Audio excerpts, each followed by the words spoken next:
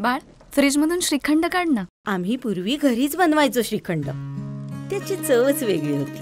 आता काय सगळं रेडीमेड. आजी, हे श्रीखंड खाऊन बघ. आज तुझ्या आईनं घरीच बनवलं की काय?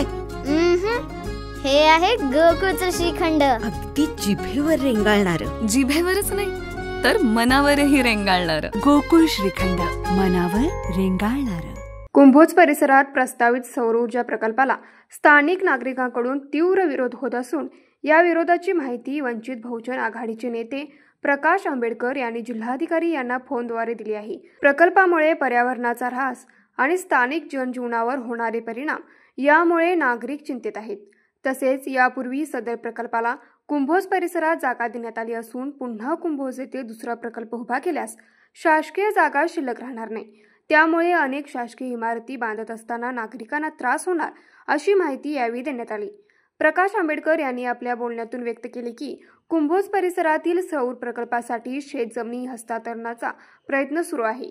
मात्र यामुळे शेतकऱ्यांचे उपजीविकेचे साधन धोक्यात येणार आहे. त्यांनी प्रशासनाकडे मागणी केली की नागरिकांच्या भावना लक्षात घेऊन तात्काळ प्रकल्पाची अंमलबजावणी थांबवावी आणि जनतेशी खुली चर्चा आयोजित करावी. स्थानिक ग्रामस्थांनीही आपला विरोध आंदोलनाच्या माध्यमातून व्यक्त केलाय. अनेक गावांमध्ये ग्रामसभाद्वारे एकमताने प्रस्तावाला विरोध दर्शवण्यात आला आहे. या मुद्द्यावर जिल्हाधिकाऱ्यांची भेट घेऊन लोकशाही मार्गाने निर्णय घेण्याचे आवाहन केले. जिल्हाधिकारी कार्यालयाकडून या निवेदनाची दखल घेण्यात आली असून लवकरच याबाबत चर्चा व निर्णय घेतला जाईल अशी माहिती सूत्रांनी दिली.